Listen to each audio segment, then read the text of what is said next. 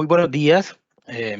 Qué gusto compartir con todos ustedes en este Día Mundial de la Madre Tierra. Estamos aquí para celebrar desde el Fondo de Inversión Ambiental de El Salvador este día en coordinación con la Red de Fondos Ambientales de América Latina y el Caribe, REDLAC, y el Fondo de Inversión Sostenible del Ecuador, el FIAS. Así que les damos la más cordial bienvenida a este webinario para hablar sobre las economías bajas en carbono, el desarrollo con enfoque de sostenibilidad ambiental. Es un gusto saludarlos nuevamente desde El Salvador. En nombre del Fondo de Inversión Ambiental de El Salvador, agradecemos también a todos ustedes que se han conectado para compartir este importante tema del que vamos a conversar este día. Gracias por destinar estos minutos a participar en este evento. Bueno, uno de los propósitos del Fondo de Inversión Ambiental de El Salvador es intercambiar conocimientos en todos aquellos temas que nos acerquen a la búsqueda común de la conservación y salvaguardar los recursos naturales. En este día se celebra en el mundo el Día de la Tierra. A través de este evento queremos recordar la importancia de cuidar nuestro planeta y de apropiarnos de la responsabilidad colectiva para protegerlo y conservarlo, asegurando un futuro sostenible para todas las formas de vida. Este webinario ha sido posible gracias a la gestión realizada por medio de la Red de Fondos Ambientales de Latinoamérica y el Caribe, REDLAC, y de nuestro apreciable ponente Fernando Granizo, coordinador del Plan Nacional de Mitigación del Cambio Climático de Ecuador y representante del Fondo de Inversión Ambiental Sostenible, FIES. Como parte de la agenda de este día, a continuación, Daniela Celarie, secretaria ejecutiva de REDLAC, compartirá detalles del contexto de la red y su quehacer en este 2024. Bienvenida, Daniela, adelante. Nelson, muchísimas gracias. Buenos días a todos. Es verdaderamente un placer compartir con todos ustedes en conmemoración, ¿verdad?, del Día de la Tierra. No sin antes agradecer a FIAES como fondo hospedador de la presidencia de REDLAC esta atenta invitación en una fecha tan relevante para todos nosotros. Sin más preámbulo, me gustaría compartir brevemente un poco sobre la red para aquellos que no nos conocen.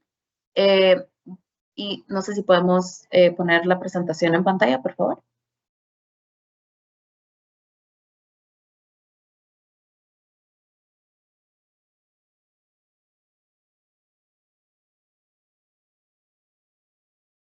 Listo, muchas gracias. Bueno, podemos iniciar la presentación. ¿Qué es REDLAC para aquellos que no nos conocen? REDLAC es la Red de Fondos Ambientales de Latinoamérica y el Caribe, que actualmente alberga 28 fondos, los cuales representan a 19 países en la región de Latinoamérica y el Caribe. REDLAC tuvo sus inicios en 1999 y fue creada con la finalidad de colaborar e intercambiar experiencias entre los fondos ambientales. A través de los años, este fin se ha mantenido y es el norte que ahora nos dirige en nuestras operaciones diarias. Entonces, ¿qué hace REDLAC? Ya para entrar un poquito más en detalle, pues REDLAC desarrolla y fortalece capacidades. REDLAC identifica áreas de oportunidad dentro de las capacidades de los fondos ambientales y genera de entre sus mismos miembros conocimientos y buenas prácticas. Un ejemplo muy puntual de esto son los estándares de práctica para los fondos ambientales. Este es un documento creado por los fondos para los mismos fondos para que estas instituciones puedan autoevaluar su gestión y construir o fortalecer su capacidad instalada. Siguiente. REDLAC también facilita el intercambio de conocimiento entre miembros. Esto lo hacemos dentro de diferentes espacios, justamente como en el que estamos participando ahora, ¿verdad? Pero más puntual, quizás son sus comunidades de aprendizaje. Estas comunidades han sido diseñadas para intercambiar experiencias que los mismos miembros consideran relevantes entre sí. Tanto en temas financieros como en temas técnicos o incluso de comunicación. Estas comunidades de aprendizaje pues llevan ese conocimiento de entre sus miembros. Adicionalmente, REDLAC construye y genera alianzas. REDLAC siempre busca posicionar el trabajo y la labor diaria de los fondos ambientales, por lo que siempre busca gestionar alianzas relevantes con organismos internacionales y actores claves para la conservación a nivel regional. El ejemplo más puntual de esto es su congreso anual, el cual reúne aliados estratégicos a nivel global. Siguiente. Y último, pero no menos importante, REDLAC promueve buenas prácticas. Promovemos también la innovación entre nuestros miembros, y esto, claro, lo hacemos entre diferentes espacios, pero creo que uno de los ejemplos más puntuales es que hacemos esto también a través de los proyectos de la red. Actualmente, REDLAC cuenta con 2 iniciativas, Proyecto Bridge y Conserva Aves, y estos han sido proyectos que le han permitido a los fondos explorar nuevos mecanismos financieros, pero también emplear y adquirir buenas prácticas que se han fomentado dentro de la misma red. Toda esta gestión ha permitido que en conjunto nuestros miembros tengan un impacto muy relevante en la región, como pueden ver ustedes en pantalla, en conjunto, y estos son los últimos datos recogidos de nuestra encuesta bienal, este 2023. Los fondos han beneficiado a más de 10 millones de personas directamente, a más de 3.000 organizaciones locales, a más de 350 grupos indígenas. En conjunto han desembolsado más de 2 billones entre 2009 y 2019, y solo en el periodo de pandemia se desembolsó más de 1.9 billones. Entonces, los fondos ambientales, gracias a su gestión técnica y financiera, ayudan a cubrir el déficit de financiación para la biodiversidad y a llevar esos recursos a la acción en campo, teniendo así este impacto que podemos observar el día de hoy. Y realmente pudiéramos hablar muchísimo más, ¿verdad?, de los fondos, pero solo queríamos apoyar también dando un poco del contexto de cuál es la gestión que hace REDLAC y la relevancia que traen los fondos ambientales también al escenario de conservación global. El tema de hoy, como muy bien lo expondrá Fernando dentro de unos momentos, es de relevancia dentro de todos nuestros miembros, y precisamente estos son los espacios que REDLAC busca promover, ¿verdad?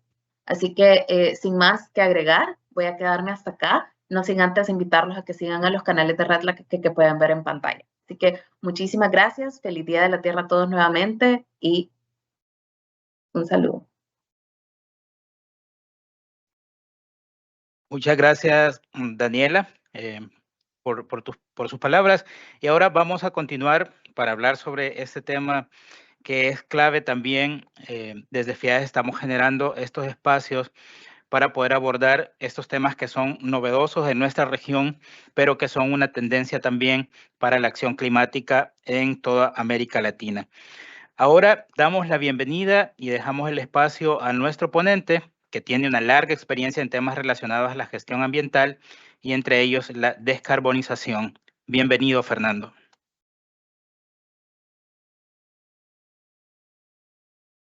Muchas gracias, Nelson, por la invitación. Gracias, Daniela, también, Alejandra, todos quienes han estado involucrados en la organización de este webinario. Yo con el mayor de los gustos y muy honrado de poder compartir un poco la experiencia de Ecuador en el proceso de construcción del Plan Nacional de Mitigación del Cambio Climático.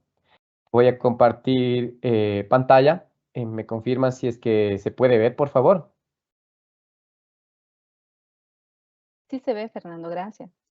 Perfecto, gracias, Alejandra.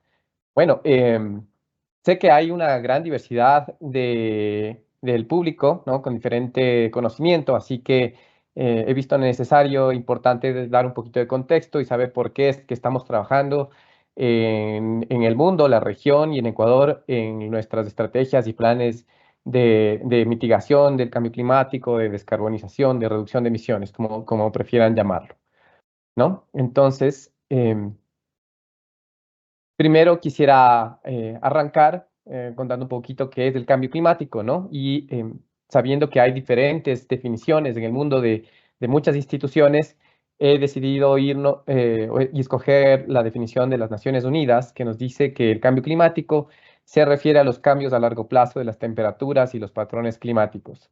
Estos cambios pueden ser naturales debido a variaciones en la actividad solar o erupciones volcánicas grandes, pero desde el siglo XIX las actividades humanas han sido el principal motor del cambio climático, debido principalmente a la quema de combustibles fósiles como el carbón, el petróleo y el gas. Y aquí he incluido este gráfico en el que podemos ver un poco el comportamiento de las emisiones de gases de efecto invernadero en el tiempo.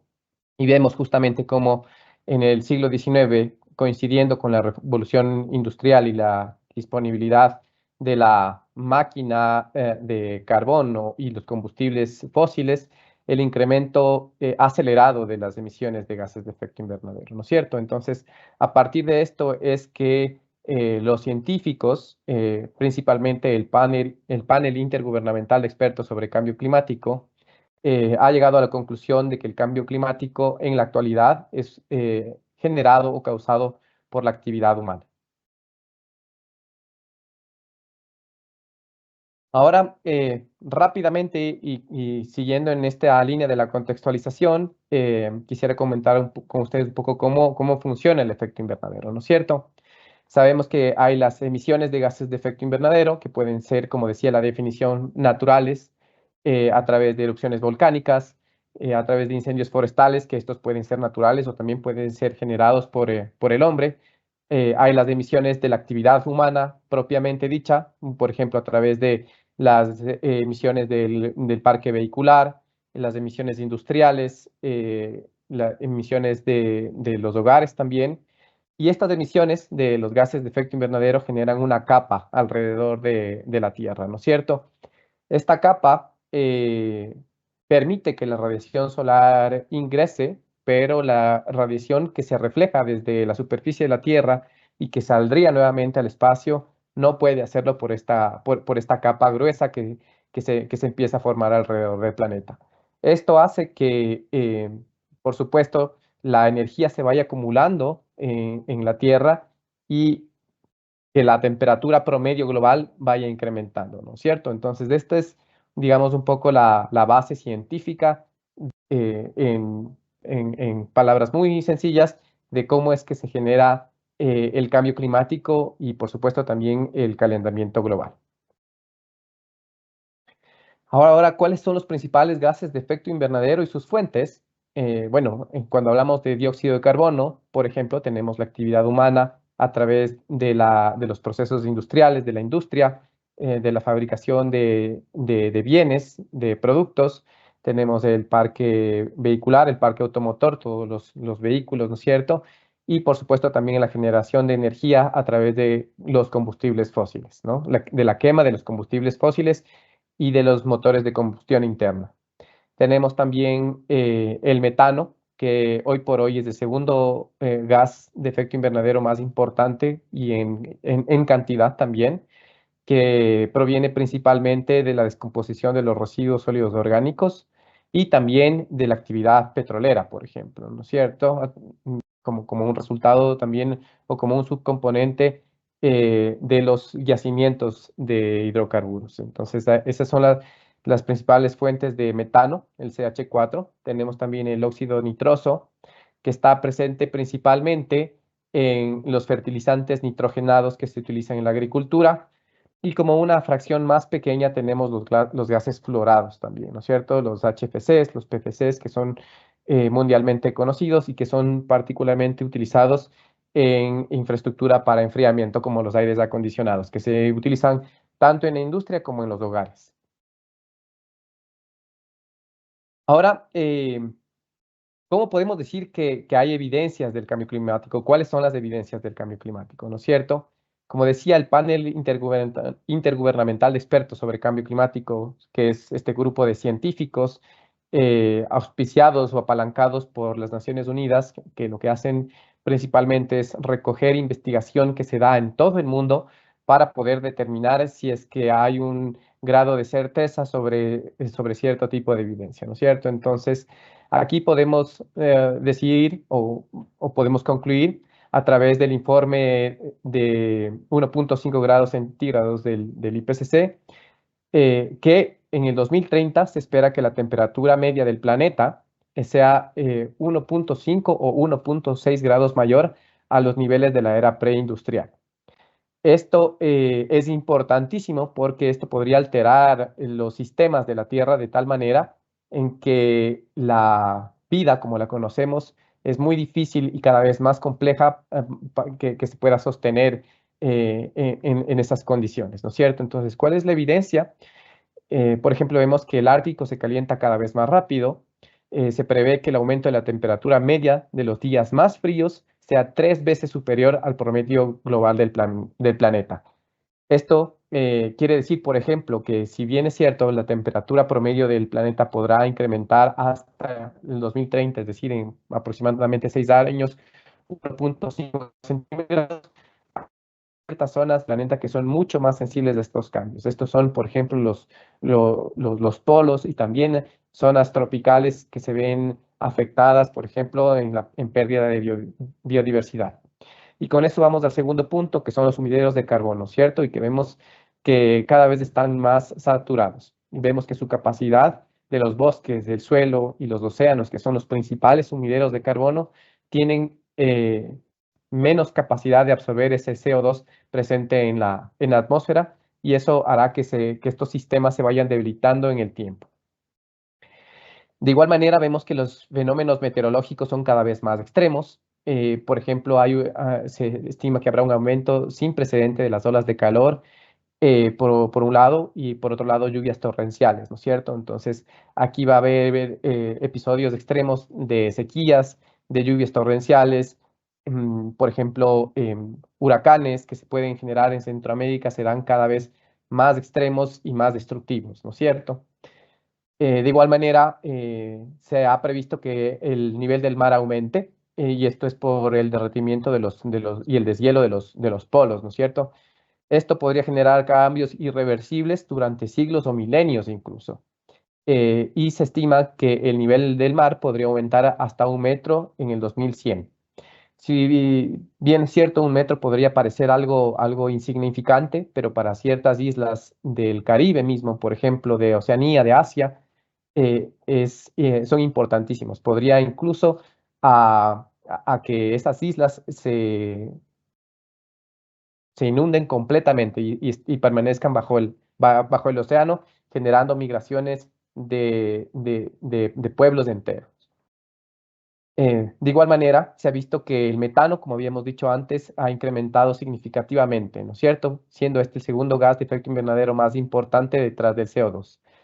Ahora, en la atmósfera se ha registrado, bueno, los niveles de metano registrados en la atmósfera son 800.000, son los mayores registrados en los últimos 800.000 años.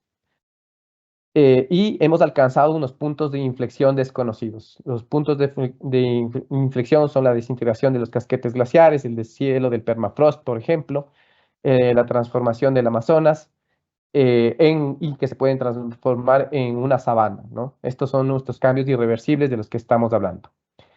En su pantalla, en el lado derecho, pueden ver una representación de cómo va a haber un mapa de calor con el incremento promedio de la temperatura de la Tierra, ¿no es cierto? Desde 1.5 grados centígrados hasta 4 grados centígrados. Y esto también tiene algunos efectos importantes, por ejemplo, la pérdida de biodiversidad, extinción masiva de las especies, baja en los rendimientos productivos de la tierra, entre otros. Aquí he incluido este gráfico, ¿no? Que es más o menos, bueno, este es un gráfico de un enfoque que ha desarrollado el Centro de Resiliencia de Estocolmo, liderado por el profesor Johan Rockström, de los límites planetarios, ¿no es cierto? Entonces, se lograron determinar 9 límites planetarios, y en el 2023 se pudo hacer una evaluación de los 9 límites planetarios en su integridad, y se concluyó que se han transgredido 6 de los 9 límites planetarios. Y esto es gravísimo, por ejemplo, porque todos estos exceder estos límites planetarios lleva alteraciones de los sistemas de la Tierra que en muchos casos son totalmente irreversibles. Solamente para citar un ejemplo, tenemos, por ejemplo, la integridad de la biosfera, ¿no es cierto? Entonces aquí es donde vemos un impacto significativo en la extinción masiva de las especies, ¿no es cierto? Tanto vegetales como animales, de flora y fauna. Tenemos también el cambio climático, ¿no es cierto? Alteración en la concentración de CO2 en la atmósfera, la fuerza radiativa, y así los restantes nueve límites planetarios, de los cuales, como había mencionado, 6 han sido ya transgredidos. Contextualizando un poquito, y aquí les voy a compartir algunos ejemplos de Ecuador. Ya sé cuáles son estas evidencias de cambio climático en Ecuador y qué es lo que se ha visto, ¿no es cierto? En Galápagos, que es conocido mundialmente por ser un laboratorio natural de evolución, digamos, ¿no es cierto? Y por tener tantas especies emblemáticas, endémicas del Ecuador. Ya se ha identificado un incremento de la temperatura media de aproximadamente 1.4 grados centígrados.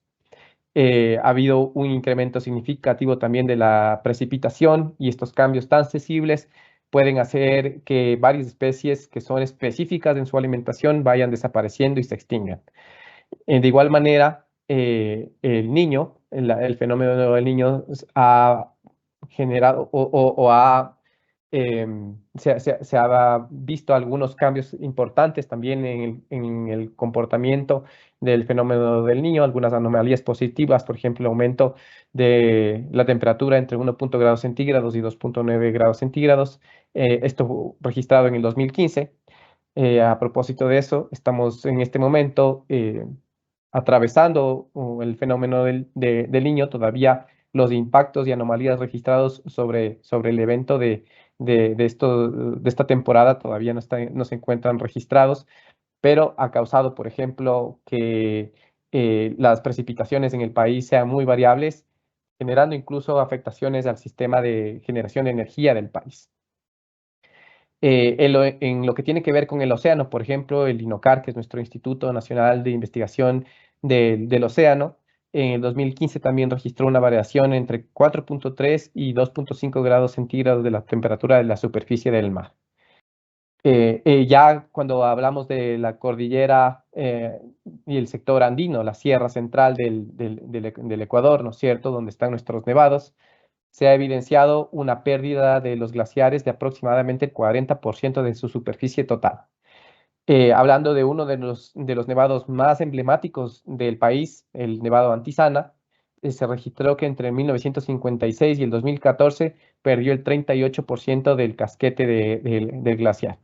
Esto es fundamental porque además de los páramos y del Nevado Antisana, que Quito, la capital del Ecuador, recibe los recursos hídricos, ¿no es cierto? Entonces, vemos también que hay algunos problemas importantes de acceso al agua que se podrían ir exacerbando en el futuro.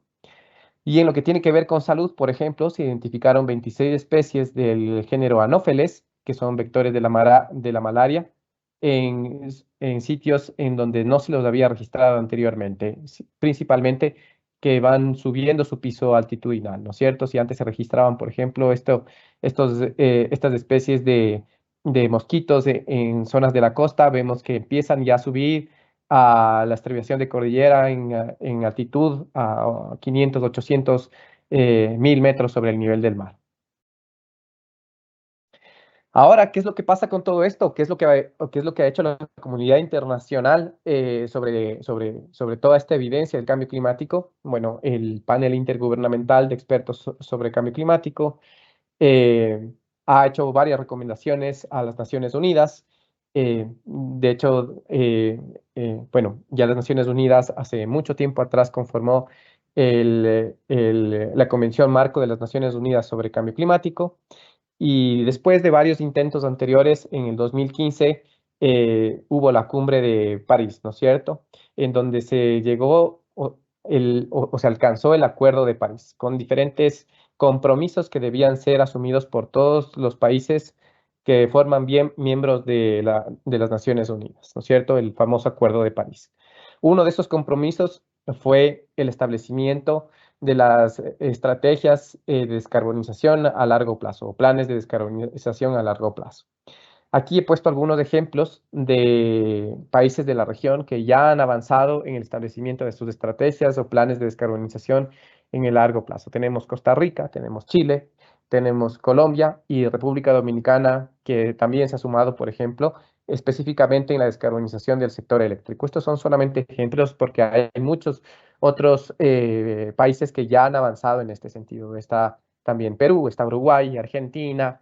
México también está avanzando, entonces estos son solamente unos ejemplos, como había mencionado. Aquí está un mapa general que en este momento puede estar un poquito desactualizado, pero hasta hace 3 años veíamos que ya 51 países del mundo han presentado sus estrategias bajas en emisiones de gases de efecto invernadero en el largo plazo, ¿no es cierto? Y es por eso que Ecuador, al ser miembro de las Naciones Unidas sobre Cambio Climático, no se podía quedar atrás, ¿no es cierto? Y es en donde partimos o arrancamos con la construcción del Plan Nacional de Mitigación del Cambio Climático, que es un proyecto que es liderado por el Ministerio del Ambiente, Agua y Transición Ecológica, es el ente rector y quien nos da nuestro direccionamiento estratégico. Con el apoyo financiero de la Agencia Francesa de Desarrollo. Los recursos que hemos utilizado para la construcción de este plan provienen de la AFD y con la administración de los recursos del Fondo de Inversión Ambiental Sostenible del FIAS. Cabe recalcar que en este camino se han sumado otros actores importantísimos como la Cooperación Técnica Alemana, la GIZ, se ha sumado también el Global Green Growth Institute, el GGGI, y otros gobiernos, por ejemplo, el gobierno del Reino Unido y otros actores también. Es importante resaltar que este ha sido un proceso participativo y bueno, para dar un poquito el contexto de qué es el plan, tenemos este video para compartir con ustedes. Por favor, me confirman si es que se puede escuchar.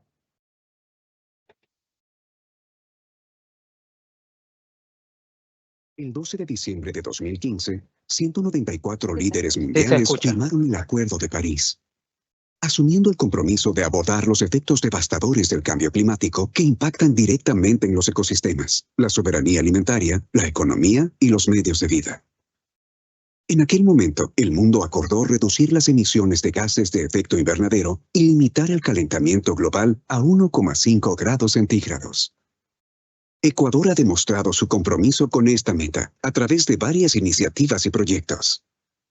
Una de las más significativas es la construcción del Plan Nacional de Transición hacia la Descarbonización, desarrollado por el Proyecto Plan Nacional de Mitigación del Cambio Climático. Este plan es la hoja de ruta que le permitirá al país guiar a varios sectores en el desarrollo de políticas públicas enfocadas y coordinadas para afrontar la crisis climática de manera efectiva, sin comprometer el crecimiento económico. Su objetivo es reducir las emisiones de gases de efecto invernadero y promover una transición justa y sostenible a través de acciones participativas que impulsen la transformación tecnológica, la investigación científica y cambios en nuestros hábitos de producción y consumo. Para lograrlo, es fundamental trabajar conjuntamente con los sectores claves considerados en la Estrategia Nacional de Cambio Climático: energía, uso de suelo, cambio de uso de suelo y silvicultura, agricultura, procesos industriales y residuos.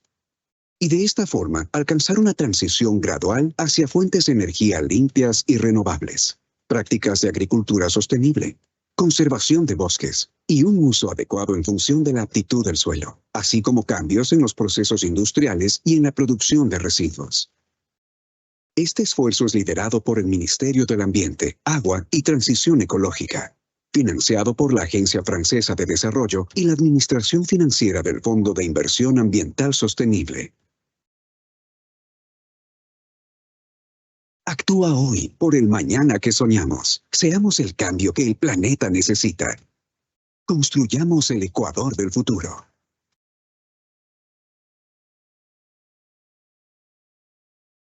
Listo. Entonces, bueno, avanzando con nuestra presentación, como les había comentado, nosotros nos hemos basado tanto en un marco legal nacional como internacional para la construcción de este plan. Había mencionado la Convención Marco de las Naciones Unidas sobre Cambio Climático y el Acuerdo de París como estos instrumentos internacionales que han apuntalado la construcción de este plan, pero es importante también mencionar los Objetivos de Desarrollo Sostenible, ¿no es cierto? Con la construcción de este plan estamos apuntando al cumplimiento de los 17 ODS de una u otra manera, de manera directa o indirecta, pero el ODS principal es el número 13, que es de la acción por el clima, ¿no es cierto? Después, en lo que tiene que ver con el marco legal nacional de Ecuador, tenemos la Constitución, que ya nos indica que el Estado debe adoptar medidas adecuadas y transversales para la mitigación del cambio climático. Tenemos nuestro Código Orgánico del Ambiente y su reglamento, que hace referencia a diferentes instrumentos de la gestión del cambio climático, dentro de los cuales está el Plan Nacional de Mitigación del Cambio Climático. Tenemos también una Estrategia Nacional de Cambio Climático que define al Plan Nacional de Mitigación del Cambio Climático como un mecanismo para reducir y capturar emisiones de gases de efecto invernadero en los 5 sectores priorizados para la mitigación del cambio climático. Tenemos nuestra primera NDC, que fue o que entró en vigor en el 2019, fue presentada ante la Convención en el 2019 y fue la línea de partida para la construcción de este plan. Sin embargo, una vez que este plan se ha puesto a disposición de la Convención y se ha presentado ante el país, este será el paraguas general que vaya marcando la ruta hacia un futuro bajo en emisiones de gases de efecto invernadero.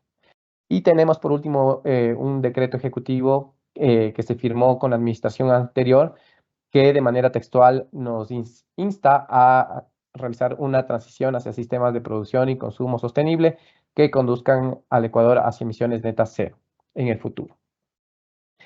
Este es un poco el resumen de nuestro marco legal, ¿no es cierto? El objetivo del plan, de manera textual, es formular la planificación a largo plazo que permita cumplir el objetivo de descarbonización durante la segunda mitad del siglo, reduciendo las emisiones de gases de efecto invernadero, conservando y aumentando los sumideros de carbono, conforme a las capacidades y circunstancias nacionales, sin perjudicar la competitividad y desarrollo de los distintos sectores priorizados de la mitigación del cambio climático. Esto lo hemos puesto de esta manera porque reconocemos que somos un país en vías de desarrollo, pero además reconocemos también esa necesidad conjunta del planeta de alcanzar y reducir drásticamente las emisiones de gases de efecto invernadero hasta la segunda mitad del siglo, digamos, ¿no es cierto? Entonces estamos trabajando en los 5 sectores de mitigación, como lo pudieron ver en el video, y trabajamos con unos aspectos transversales fundamentales, que es el enfoque social y de género, que nos permita realizar una transición justa, tomando en cuenta algunos sectores vulnerables, como por ejemplo mujeres, niños, adultos mayores, entre otros. Además, estamos en el proceso de identificación de todos esos co-beneficios que nos permitan mejorar la calidad de vida de los ecuatorianos, que nos permita reducir brechas importantes históricas como pobreza, desnutrición infantil, entre otras, ¿no es cierto? Y finalmente, como resultado de esto, que podamos hacer una recuperación económica baja en emisiones de gases de efecto invernadero. Aquí es importante mencionar que este proceso arrancó en el 2021 y uno de los hitos más importantes por allá en el 2021 fue el apoyo de alto nivel que recibimos por parte del presidente del Ecuador en ese momento, con la firma del Pacto para la Transición hacia la Descarbonización. El presidente fue nuestro principal testigo de honor y nuestros adherentes fueron las principales carteras de Estado responsables de la generación de política pública en el país. Y poco a poco se fueron adhiriendo otros actores interesados, como el sector privado, la academia, la sociedad civil también. Esta es una pequeña línea del tiempo de cómo hemos venido trabajando y lo que nos queda pendiente. Entonces, como les había mencionado, en septiembre de 2021 realizamos la firma del Pacto por la Descarbonización. Después, en agosto del 2022, y por un periodo de aproximadamente, un par de meses, llevamos adelante el proceso de establecimiento de la Visión Nacional de Transición hacia la Descarbonización. Después arrancamos con la parte técnica medular de este proceso, que era el modelamiento de las emisiones de gases de efecto invernadero para obtener el escenario plausible de mitigación de emisiones de gases de efecto invernadero. El modelamiento contemplaba algunas fases como la calibración y ajuste del modelo. Hemos utilizado el modelo Osmosis Ecuador, la generación de escenarios tendencial y de mitigación de gases de efecto invernadero, un análisis de costo-beneficio, para pasar a la definición del escenario plausible, que actualmente ha sido bautizado como el escenario Compromiso Climático 2070, y es el escenario que nos mostrará la hoja de ruta para que el país pueda alcanzar emisiones, una reducción importante de emisiones de gases de efecto invernadero, ¿no es cierto? Además de definir metas de indicadores para poder cumplir con este proceso. Plausible básicamente quiere decir que sea un escenario que nos permita cumplir el objetivo bajo las condiciones económicas, sociales y ambientales que atraviesa el país. Posteriormente, nos alcanzamos también el proceso de definición del sistema de medición, reporte y verificación, porque esto es fundamental para saber que estamos en camino, que no nos hemos desviado del objetivo, y si es que fuese el caso, hacer los ajustes que sean necesarios para mantener esa trayectoria de reducción de emisiones de gases de efecto invernadero hasta el 2070. Además de eso, estamos también en el proceso de establecimiento de los marcos habitantes, porque el proceso por sí solo no se podrá dar. Necesitamos definir ese marco legal que debe ser ajustado, creado, esos incentivos económicos que se tienen que proponer, algunas restricciones también que se deberán implementar, refocalizaciones, justamente para incentivar que esa transición hacia tecnologías bajas en carbono se den. Y esperamos en julio de este año, a mediados de este año, presentar el Plan Nacional de Mitigación del Cambio Climático, el documento como tal. ¿Cómo hemos partido o a partir de qué arrancamos con este proceso que les había presentado antes? Bueno, este es nuestro inventario de emisiones de gases de efecto invernadero del Ecuador, actualizado hasta el 2018. En este momento se está llevando adelante la actualización de este inventario nacional de gases de efecto invernadero, pero el que está en este momento oficial y disponible es del 2018, en el que pueden ver, por ejemplo, que el sector energía se lleva más de la mitad de las emisiones de gases de efecto invernadero del país. Aquí podemos ver el 51%, ¿no? Aquí cabe resaltar que dentro del sector energía está también el sector transporte o subsector transporte, ¿no es cierto? Que es dentro del 51% casi también la mitad de las emisiones que se generan. Tenemos el sector de USCUS, que es uso de suelo, cambio de uso de suelo y silvicultura, con el 21,6% de las emisiones, agricultura el 20,8% de las emisiones, y finalmente el sector residuos con el 3,4% y el sector procesos industriales y uso de productos con el 3,2% de las emisiones del país. Como había mencionado antes, fue fundamental establecer una visión nacional de transición hacia la descarbonización. ¿Y por qué era importante esta visión? En primer lugar, porque al ser un instrumento de planificación a largo plazo del país, era importante que los diferentes sectores, los diferentes actores se vean representados en esa visión, entendiendo que cada uno de ellos representa diferentes objetivos, tiene diferentes metas, pero era necesario que todos confluyamos en una sola visión, ¿no es cierto? Este fue un proceso participativo en el que participaron aproximadamente 360 personas a través de encuestas y talleres que nos permitieron construir la visión.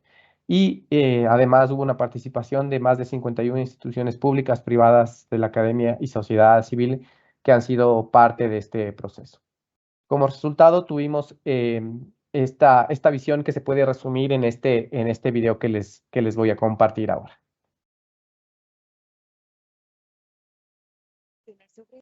Me doy cuenta que próspero, sostenible y bajo en emisiones. Mi nombre es Sofía. Quiero presentarte el. Para empezar, quisiera contarte que nuestras acciones tienen un impacto en el planeta. Como ciudadanos, hemos tomado conciencia de nuestras decisiones de consumo, incentivando la producción local y baja en emisiones. La educación ambiental es la pieza clave de este proceso. En las escuelas, las nuevas generaciones se educan sobre la importancia de proteger el planeta para lograr una sociedad más responsable con el ambiente. Lo que aprenden los jóvenes no solo se queda en las aulas, sino que se extiende a sus hogares promoviendo conciencia ambiental en sus familias. A medida que esta conciencia crece y se afianza en la sociedad, las empresas han adoptado prácticas sostenibles y respetuosas con el ambiente. Se invierte en tecnologías limpias, buscando ser más eficientes y respetuosos con el entorno. Conservamos los bosques y protegemos nuestra biodiversidad, lo que ha permitido preservar los recursos naturales. Con una mirada hacia la sostenibilidad, nos hemos enfocado en producir alimentos de manera responsable, beneficiando así la salud y bienestar de las personas. Además, el Ecuador ha hecho una transición de una sociedad dependiente de los combustibles fósiles hacia el uso de nuevas formas de energía, como el sol y el viento, reduciendo notablemente la huella de carbono. Ahora, la energía es accesible para todas y todos, moderna y confiable, mejorando las condiciones de vida de los ecuatorianos. Este camino que recorremos juntos está lleno de oportunidades. Te invito a que construyamos el Ecuador del futuro desde hoy.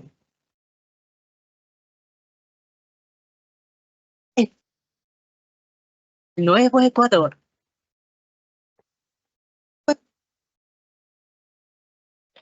Listo. Avanzando con nuestra presentación, aquí básicamente y de manera muy sucinta quisiera contarles cuál ha sido el proceso técnico que hemos llevado adelante. Como había mencionado, nosotros escogimos el modelo Osmosis y lo adaptamos a la versión ecuatoriana, ¿no es cierto? En donde recogiendo diferentes insumos, datos de actividad de los 5 sectores de mitigación, hemos establecido diferentes exploraciones, ¿no es cierto? Además, hemos realizado determinado primero los diferentes escenarios de mitigación de emisiones de gases de efecto invernadero. Hemos establecido nuestro escenario tendencial, o como se lo conoce en inglés, business as usual, y hemos establecido también nuestros costos y beneficios, ¿no es cierto? Entonces, este ha sido un modelo exploratorio que nos ha permitido obtener estos diferentes escenarios lo futuribles que Ecuador podría escoger como su trayectoria de descarbonización en el futuro. Aquí, esta es una representación muy básica del proceso que hemos llevado adelante. Entonces, en un primer momento establecimos 4 escenarios de mitigación de emisiones de gases de efecto invernadero. Primero está el escenario tendencial, que básicamente es el que nos dice cómo se comportarían nuestras emisiones de gases de efecto invernadero en el futuro, en el largo plazo, si es que no hacemos nada al respecto. Después logramos obtener un segundo escenario, que es el de políticas anunciadas, que básicamente nos dice cómo se verían esas emisiones con las políticas que actualmente existen en el país. Y después tenemos los 2 escenarios de descarbonización profunda, ¿no es cierto? O escenarios de mitigación de emisiones de gases de efecto invernadero en el largo plazo. Teníamos el escenario al año 2050 y después el año 2070. El año 2070 es similar al año 2050, con la diferencia que la ambición es un poco menor en términos de tiempo, ¿no es cierto?, respecto al horizonte temporal. Es decir, la transición se da un poco más gradual y menos abrupta que en el 2050, entendiendo las necesidades, requerimientos de crecimiento, de desarrollo del país. A partir de esto, aplicamos la tecnología RDM, por sus siglas en inglés, es un escenario de toma de decisión robusta, que nos permite hacer diferentes exploraciones de incertidumbre política, social y tecnológica. Entendiendo que al 2070, por ejemplo, desde hoy tenemos 46 años y la incertidumbre relacionada a esto es muy grande, ¿no es cierto? Entonces, lo que hemos hecho es hacer diferentes variaciones de ambición a los parámetros a los diferentes parámetros en cada uno de los sectores de mitigación y obtener diferentes escenarios, ¿no es cierto?, para poder hacer esta exploración de los costos asociados a cada escenario y exploración de los diferentes futuros. Entonces, en este ejercicio hemos tenido alrededor de 1000 futuribles, se los llama, ¿no es cierto?, que son opciones que el Ecuador podría tomar o adoptar como su futuro, como su trayectoria de descarbonización. Pero no podemos quedarnos con los 1000 futuribles, tenemos que escoger uno de esos 1000, ¿no es cierto? Entonces, hicimos un ejercicio para ir segregando los escenarios a través de 4 criterios esenciales, digamos, ¿no? Que son estos que están aquí. Primero, que los futuros sean de bajas emisiones anuales en el 2070, que se encuentren dentro del 25% de las emisiones más bajas. Segundo, que los futuros sean de beneficios altos nacionales, hablando de términos económicos, ¿no es cierto? Sin considerar las externalidades, que además estén dentro del 25% de los beneficios más altos en el periodo 2023-2070, en valor presente y con una tasa de descuento del 5.5%. Que los futuros sean beneficiosos para todos los sectores, de tal forma que ninguno pierda, ¿no es cierto? No nos interesa que ninguno de los 5 sectores de mitigación registre pérdidas, por el contrario, que todos se vean beneficiados. Y que los futuros seleccionados sean los más beneficiosos de los demás posible. Esto suena un poco redundante, pero esto nos ha permitido ir justamente aplicando estos filtros que nos permitieron, en primer lugar, contar con 48 escenarios y después con 2 escenarios hasta quedarnos con 5 escenarios. Entonces aquí pueden ver unas gráficas que representan justamente esto que acabamos de mencionar. Por ejemplo, en el eje de las X, pueden ver que hemos hecho un corte en 4.3, ¿no es cierto? Un corte vertical, digamos, ¿no es cierto? Y hemos excluido todos aquellos escenarios que no cumplen o que no que están por encima de las emisiones de 4.3 millones de toneladas en emisiones de gases de efecto invernadero. Y hicimos otro corte en el eje de las X, ¿no es cierto? Para poder identificar aquellos escenarios que nos entregarían beneficios netos acumulados sobre 66.000 millones de dólares hasta el 2070. Entonces aquí nos quedamos con un primer grupo de escenarios futuribles que fuimos segregando hasta quedarnos con los 5 finalistas, que son los que están en verde oscuro. Entonces esta es una pequeña representación de esto que hicimos. Acá en el gráfico de la derecha, por ejemplo, pueden ver que estos 5 escenarios estarían por debajo de esta línea punteada de color verde.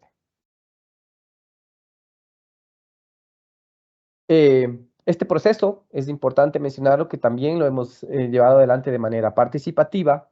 Para la construcción integral se han llevado adelante más de 10 talleres técnicos y eventos presenciales y virtuales con ministerios rectores, instituciones afines, academia, sociedad civil, sector privado y también, por supuesto, gobiernos subnacionales, tanto provinciales como municipales. Hemos llevado adelante más de 1000 participaciones durante el proceso y hemos registrado más de 130 horas de fortalecimiento de capacidades, específicamente en modelamiento, ¿no es cierto? Aquí es importante mencionar que nos encontramos en la recta final de la definición del escenario plausible de Ecuador, denominado Compromiso Climático 2070, y esto lo hemos hecho además de un proceso adicional de retroalimentación y de ejercicios iterativos de modelamiento con las instituciones rectoras y generadoras de la política pública en Ecuador. Entonces, estamos próximos a conocer cuál sería este escenario que nos indique o que nos dé la trayectoria de descarbonización o de reducción de emisiones de gases de efecto invernadero para el país. Aquí rápidamente quisiera comentarles cuáles son algunas de las iniciativas de mitigación que se están identificando en el plan. Bueno, por un lado tenemos las centrales hidroeléctricas que nos han permitido o que han favorecido al cambio de la matriz energética del país. Hay algunos proyectos interesantes que se encuentran mapeados también dentro del plan. Hay proyectos, por ejemplo, también de movilidad sostenible que son claves para la reducción de emisiones dentro del subsector transporte. En diciembre, por ejemplo, del año anterior, se inauguró finalmente el Metro de Quito con un impacto en la reducción de emisiones de gases de efecto invernadero importantísima. Tenemos también iniciativas de economía circular. Por ejemplo, hace poco también el país lanzó su Estrategia Nacional de Economía Circular. en residuos, por ejemplo, iniciativas de separación en la fuente son fundamentales en la parte agrícola y ganadera, en la ganadería climáticamente inteligente, la producción agrícola y orgánica, por ejemplo, son uno de los pilares fundamentales en este proceso. Otras iniciativas son, por ejemplo, fortalecer el sistema de conservación de áreas naturales del país, como sumideros de carbono. Hay otras iniciativas, por ejemplo, dentro del sector residuos, para la construcción de biodigestores. Tenemos también tratamiento de aguas residuales, ¿no es cierto?, que es algo importante que se debe ir trabajando en el país. La gestión integral de residuos sólidos. Estas son unas fotografías por ejemplo, de Loja, del municipio de Loja, que ha llevado adelante iniciativas importantes. La construcción también de parques fotovoltaicos, ¿no es cierto?, que nos permitan echar mano de otras fuentes no convencionales de energías renovables, como habíamos mencionado, ¿no?, que es la fotovoltaica o solar, también como se la conoce, y la eólica. Y finalmente, hace un par de semanas se hizo el lanzamiento del libro blanco de bioeconomía también. Y esto son iniciativas que, además de fortalecer el crecimiento económico del país, nos ayudan a adaptarnos, a generar resiliencia y, por supuesto, a reducir nuestras emisiones de gases de efecto invernadero. Para terminar, quisiera mencionar algunos datos interesantes que nuestros colegas me supieron compartir sobre lo que está llevando adelante El Salvador, ¿no es cierto? Y en términos, por ejemplo, de promoción de energías renovables, el gobierno salvadoreño está trabajando en energías renovables como la solar y la eólica para reducir su dependencia de combustibles fósiles y mitigar el cambio climático, reducir las emisiones de gases de efecto invernadero, ¿no es cierto? Están también trabajando en la conservación de recursos naturales. Sabemos que se han implementado programas y políticas para la conservación de los recursos naturales, que incluye restauración de áreas protegidas, la reforestación, la gestión sostenible de bosques, conservación de especies vulnerables o en peligro de extinción. En gestión de desechos, los residuos y saneamientos, se están llevando adelante esfuerzos para mejorar la gestión de residuos sólidos y promover prácticas de saneamiento adecuadas para reducir la contaminación ambiental, proteger la salud pública y mejorar la calidad de vida de las personas, por supuesto. Se ha trabajado también en educación ambiental, desarrollando iniciativas para concienciar a la población sobre la importancia de proteger el medio ambiente y fomentar prácticas sostenibles en comunidades y escuelas. Y sabemos también que dentro del marco legal, El Salvador cuenta con una ley de medio ambiente que establece principios y normas, procedimientos para la protección y conservación y mejoramiento del medio ambiente y los recursos naturales del país, entre los que se puede detallar la conservación y recuperación de los recursos hídricos, líneas de acción para trabajar sobre resiliencia y mejorar esa capacidad de resiliencia para la sociedad, adaptarse al cambio climático y hacer una transición hacia una economía baja en carbono. Valorar, conservar y restaurar y utilizar sosteniblemente la biodiversidad y los servicios ecosistémicos indispensables en actividades productivas y bienestar de la sociedad de El Salvador, e integrar el compromiso ambiental en el ordenamiento del territorio, la planificación y los procesos de mejora en el desempeño ambiental para contribuir al desarrollo social y económico.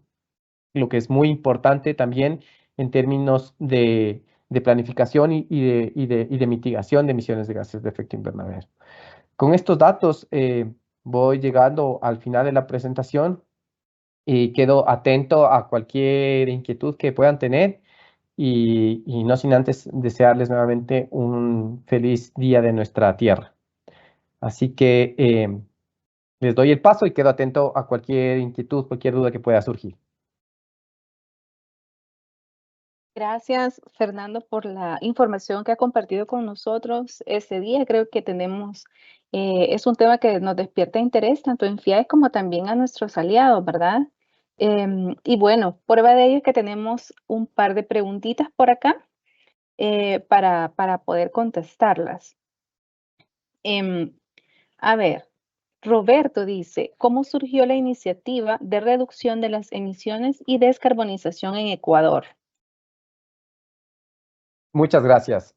Bueno, contestando a la pregunta de Roberto, Ecuador ya ha venido trabajando en algunas iniciativas importantes para la reducción de emisiones de gases de efecto invernadero. Tiene un marco legal, como habíamos presentado, pero es un marco legal dinámico que ha ido cambiando en el tiempo también, ¿no es cierto? Entonces, podríamos decir que desde la Constitución, por ejemplo, hay mandatos que exigen que trabajemos en reducción de emisiones de gases de efecto invernadero. Tenemos un código orgánico del ambiente con su reglamento que nos instan a lo mismo instrumentos de planificación como la Estrategia Nacional de Cambio Climático.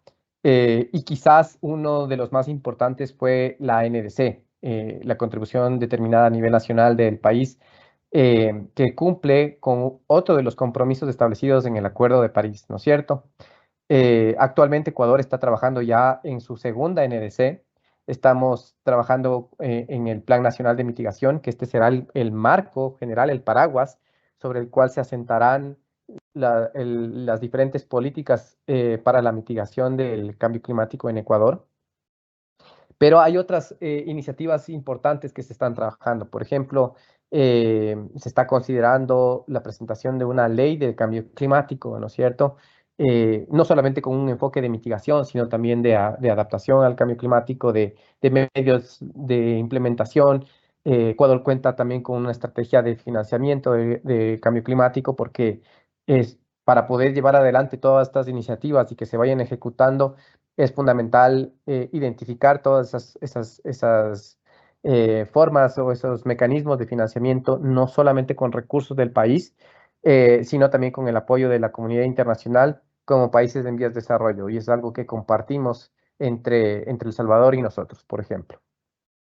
Gracias, Fernando. Otra pregunta de Carlos Burgos dice, ¿cuáles son los principales desafíos para adoptar procesos de descarbonización y cómo se pueden incorporar los fondos ambientales a esta dinámica? Muchas gracias por la pregunta. Bueno, desafíos hay varios, ¿no es cierto? Y diferente índole. Hay desafíos tecnológicos, por ejemplo, ¿no es cierto? Eh, los países de la región tienen, por ejemplo, diferente capacidad para desarrollar diferentes tipos de tecnología. Algunos podrán apoyarse más en la hidroenergía, otros en la fotovoltaica, otros en la eólica, cada uno con sus particularidades y con sus capacidades propias, por ejemplo, de desplegar diferente tipo de tecnología cuando hablamos de energía como tal, ¿no? En residuos hay además también otras, solamente por citar un ejemplo, ¿no es cierto? Otros retos, ¿no es cierto? De cómo integrar a la sociedad, cómo no son solamente procesos tecnológicos, sino que tienen que ser procesos que integren una transformación de la sociedad civil, que la sociedad civil se empodere y se involucre y vaya haciendo esta transición también hacia nuevas formas de consumo, hacia nuevas formas de gestión, de separación en la fuente que son fundamentales. Hay brechas de orden legal, por ejemplo, de orden económico. Los países, en algunos casos, tienen subsidios a combustibles, por ejemplo, que pueden ser subsidios perversos, que además impiden que los países puedan hacer estas transiciones hacia modelos más sostenibles y bajos en emisiones. Así que eh, eh, retos, brechas, hay varias y estamos nosotros en el Ecuador tratando de identificar para dar esas soluciones de manera integral, ¿no es cierto?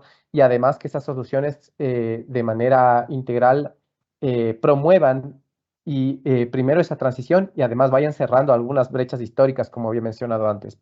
Por ejemplo, que se pueda promover el desarrollo, la creación de empleos verdes, la creación de nuevas capacidades, que las universidades en caso de países petroleros, por ejemplo, que en su malla curricular o en su oferta académica tienen carreras afines a la producción petrolera, a la refinación de derivados de combustibles fósiles, en cambio vayan trabajando en la creación de nuevas carreras orientadas, por ejemplo, a la movilidad sostenible basada en energía renovable, a la planificación urbana, a la reducción de plásticos de un solo uso, por ejemplo, entre otras, ¿no es cierto? En todo esto vemos como oportunidades de creación de empleos verdes. Em, eso como la primera parte. Había una parte, de pronto se me pasó, Alejandra, si me puedes repetir la segunda parte de la pregunta. Era cómo se pueden incorporar los fondos ambientales a esta dinámica de descarbonización.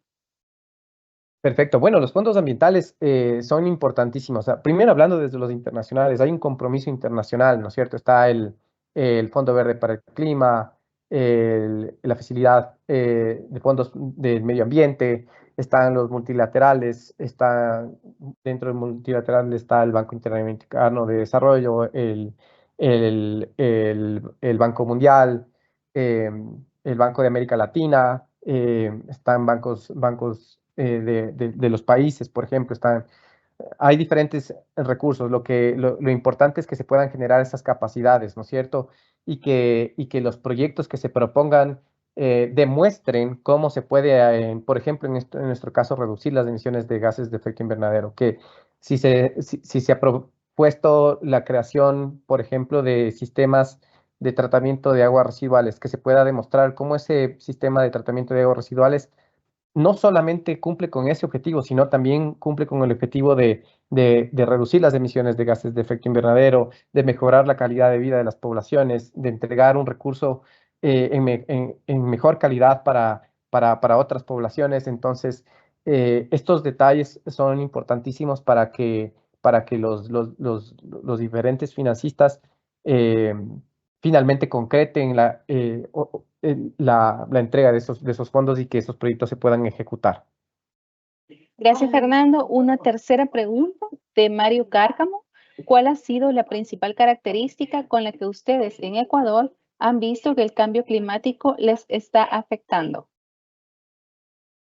Bueno, en afectaciones hay varias y diferentes, porque eh, sí, se ocurren de distinta manera, ¿no es cierto? Por ejemplo, cuando tenemos precipitaciones extremas, eh, hay inundaciones y hay pérdidas materiales, pérdidas de vida, de ganado, de los cultivos, por ejemplo, que impactan de diferentes maneras, ¿no? Hay impactos sociales, hay impactos económicos muy importantes.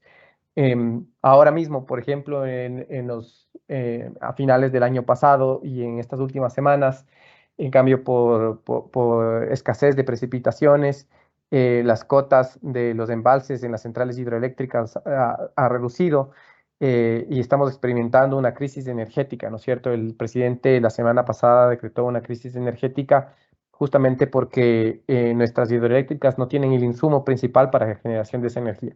Tenemos una matriz energética bastante limpia, si es que lo vemos desde el porcentaje. Por supuesto, eso es variable, fluctúa, hablemos de un 70, 80 hasta 85%, pero todo eso se ve en riesgo, digamos, por esa variabilidad climática, que podría irse acentuando o exacerbando en el futuro, por supuesto. Entonces, uno de los retos que tenemos es también ir encontrando fuentes de energía distintas que nos permitan diversificar la matriz energética y que nos permita ser resilientes, por ejemplo, también a estos problemas que vamos viendo que se van suscitando. Y así Gracias. podría seguir mencionando algunos otros más. Gracias, Fernando. Como para ir cerrando, quizás yo quisiera hacer como dos preguntas más, ¿verdad? Pero centradas en el tema de la población civil. Primero, la que está orientada al tema de los empleos verdes, porque lo vinculo a una información que recibimos recientemente, ¿verdad? La importancia de crear empleos que no sean solamente para sobrevivir o para subsistir, sino que sirvan a las personas para mejorar en realidad la calidad de vida, pero a la vez mejorar el ambiente, ¿verdad? Eso por un lado. Y por otro lado, el tema de las acciones personales, porque cuando hablamos de descarbonización suena un tema muy general. Entonces, esto solo compete a las grandes empresas, a los gobiernos, a las instituciones, pero en realidad nosotros como civiles, como ciudadanos, podemos hacer algo al respecto. Esas serían mis dos preguntas. Gracias, Alejandra. Bueno, esta parte del involucramiento de la sociedad civil es fundamental. Cuando hablamos de una transición hacia una sociedad baja en emisiones de gases de efecto invernadero, bajo ningún concepto podremos hablar solamente de una transición tecnológica. De hecho, no conozco yo en el mundo una transición o un proceso de transición que se haya dado solamente con el apoyo o la implementación de tecnología. Para que la tecnología funcione, es necesario de, que la sociedad civil, que la gente vaya usando esa tecnología. Entonces, a esto me refiero, por ejemplo, cuando hablamos del transporte público, ¿no es cierto? Que el transporte público, primero, por supuesto, sea basado en fuentes renovables de generación de energía, fuentes no contaminantes, pero que además de ese servicio, hablando del contexto latinoamericano, por ejemplo, sea de calidad, sea un servicio seguro. Entonces, ahí todo esto nos permitirá que como sociedad civil vayamos optando, por ejemplo, hacia estas nuevas formas de movilidad, que dejemos nuestro vehículo privado en casa y optemos por la movilidad, por el transporte público, pero para que eso suceda tiene que ser de calidad. Había mencionado también el ejemplo de residuos, ¿no es cierto? No podemos exigir una mejor gestión de los residuos sólidos si nosotros en casa no hacemos nuestra parte, separando nuestros residuos en las diferentes fracciones, ¿no es cierto? Puedo hablar de fracciones en muchas que hay, pero al menos entre orgánicos e inorgánicos, ¿no es cierto? Entendiendo que los orgánicos son los que generan las emisiones de gases de efecto invernadero, el metano precisamente, y que si se gestiona de manera adecuada ese metano, puede ser aprovechado para generación de energía también, ¿no es cierto? Entonces, eso es fundamental, que sepamos que en cambio con los inorgánicos, estos pueden ser recuperados para ser aprovechados y que entren nuevamente en un proceso productivo bajo una lógica de economía circular. Incluso un poco haciendo un autoexamen eh, y revisando nuestros patrones de consumo, ¿no es cierto? Mirando si en efecto tenemos que tener todos los años el último teléfono que salió o ropa de marca que no necesariamente que ha sido utilizada una o dos veces, hacer un examen de cómo está nuestro comportamiento, digamos. Entonces, la transición hacia un futuro sostenible, hablándolo no solamente desde el punto de vista de las emisiones de gases de efecto invernadero, sino sostenible, es algo que lo tenemos que hacer de manera integral. La sociedad con el apoyo de la tecnología, no al revés, no la tecnología con la sociedad, sino la sociedad con el apoyo de la tecnología. Eso, tal vez se me está pasando algo de las preguntas también, Alejandra. Sí, creo que es solamente el tema de los empleos, ¿verdad? O sea, cómo generar, cómo visionar empleos no para la supervivencia de las personas, sino para que exista un verdadero desarrollo tanto de la familia como también un aporte al medio ambiente. Sí, bueno, esta parte es importantísima también porque la generación de empleo primero viene del compromiso del país de poder hacer una transición, digamos, ¿no es cierto?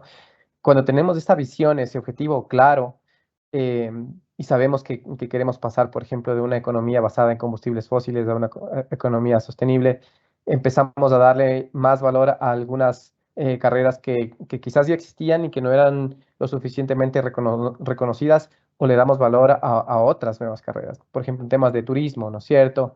Eh, eh, Carreras técnicas igual, como había mencionado, para la fabricación, para el ensamblaje de vehículos basados en movilidad eléctrica, en temas de planeamiento y ordenación territorial, por ejemplo, en gestión integral de residuos, en nuevas formas de producción, por ejemplo, ¿no? De agroforestería, ganadería climáticamente inteligente. Entonces, sí, es curioso porque no siempre, bueno, eh, estas nuevas carreras a veces se lo enfoca de esa manera, pero a veces son carreras que ya existían antes y que fueron perdiendo cabida por el mundo moderno en el que vivimos, pero esta necesidad que tenemos de reenfocarnos nuevamente van tomando fuerza de nuevo. Y no solamente por subsistencia, porque lamentablemente sí ha sido así. Empezamos a mirar a estas nuevas carreras porque necesitamos subsistir y necesitamos además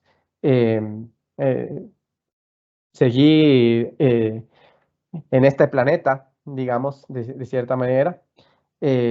Entonces, pero no solamente por eso, sino porque también nos da oportunidades de crecimiento, de desarrollo.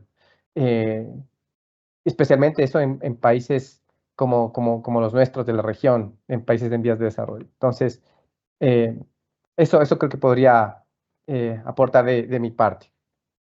Bueno, Fernando, gracias por este aporte a estas preguntas, pero también por todo el conocimiento y experiencia que ha compartido con todos los que estamos presentes en el evento. También gracias a todos por acompañarnos y participar.